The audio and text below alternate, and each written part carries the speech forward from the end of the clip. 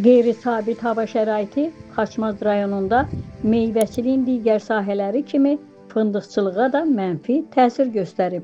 Gilas və ərik kimi meyvələrin inkişafına mane olan yağıntılı hava fındıq bağlarının əksəriyyətində də müxtəlif xəstəliklərin yayılmasına səbəb olub. Çəkiliş qrupumuz rayonun Xudat şəhəri yaxınlığındakı meyvə bağlarında olub. Müşahidələr göstərir ki, bağlarda nəinki bol məhsul, hətta az miqdarda belə keyfiyyətli və sağlam fındıq əldə etmək çətinləşib. Xaçmaz rayonunda bir müddət əvvəl evlərə hücum edən qəhvəyi mərmər bağacığı bu dəfə fındıq ağaclarında da müşahidə olunur. Fındığı sındırdıqda isə içərisində qaralmış meyvə və ya un kimi kütlə görünür. Biz hazırda Xaçmaz rayonunun Xudat şəhərinin yaxınlığındakı fındıq bağlarının birindəyik. Havanın qeyri-sabit keçməsi fındıqçılığa da öz mənfi təsirini göstərir və müxtəlif fındıq ağacında da müxtəlif xəstəliklər əmələ gəlib. Görürsünüz, fındığın yarpaqları ağımtıl rəngə çalır. Üstəlik fındıq meyvəsi, zəhmət olmasa ver, o fındığın meyvəsi bax belə hala düşür. Sahibkar Rəşad Ağaşirinovun sözlərinə görə bu il yağıntılar və külək fındıq bağlarında bir neçə xəstəliyin yaranmasına səbəb olub. Ümumilikdə bu illəri demək olar ki, keçən 2 illərə nisbətdə məhsulun yarı-yarısı ziyandadır. Səbəb nədir? Səbəb birinci növbədə uzun burun qurd xəstəliyidir. Deməli, fındığın üst qabığından fındığın içərisinə daxil olur və fındığı başlayır içəridən ləpəsini yeməyə və un halına düşərək fındıq məhv olur. Bu bir. İkinci... Unlu şeh də deyirlər bunu. Bəli, unlu şeh də deyirlər. Digər bakterioz xəstəliyi və digər də fındığa təsir edən amillər odur ki, bu dediyim bu iki xəstəlik və ağacların nəmişliliyi, kök çürüməsi və yarpaqdan gələn zərərvericilər. Deməli, bunlar da bir-birindən əlaqəli şəkildədir. Havaların rütubətli, küləkli keçməyi birinci növbədə fındığa təsir edən amillərdir. Düzdür, hal-hazırda bu zərərvericilərə qarşı, bu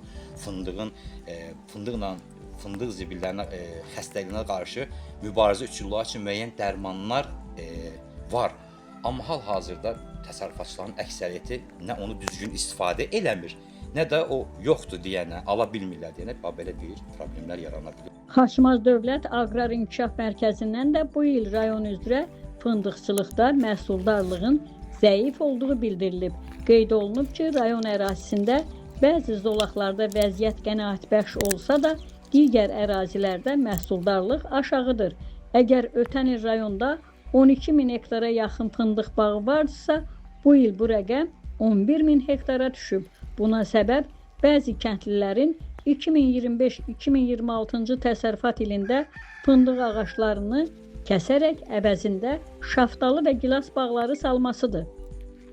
Qurumdan çəkiliş qrupumuzun müşahidə etdiyi unlu şeh və qəhvəyi mərmər bağacığının yayıldığı da təsdiqlənib. Bildirilib ki, yaz aylarında qeydə alınan intensiv yağışlar tozlanma dövründə fındıq bağlarına ciddi mənfi təsir göstərib. Qeyd edək ki, ötən il Xaçmazda ümumilikdə 10.390 ton fındıq məhsulu əldə olunub. Bu il isə yığım davam etdiyi üçün yekun məhsulun həcmi hələ məlum deyil. Xaçmaz Dövlət Aqrar İnkişaf Mərkəzinin aparıcı mütəxəssisi Qabil Ağabalayev bu il fındığın satış qiymətləri barədə də məlumat verib. Onun sözlərinə görə fındığın kiloqramı sexlərə qərzəkli halda 1 manat 20 qəpik, 1 manat 50 qəpik, qərzəksiz isə 3 manat 20 qəpik, 3 manat 50 qəpik arasında satılır. Yığım zamanı isə fəhlələr fındığın kiloqramını ağacdan yaş halda 60-70 qəpiyə, yerə tökülmüş fındığı isə 1 manata yığırlar. Aytəkin Alxaslı, Ələkbər Babayev, Bizim Media, Şimal Bürosu.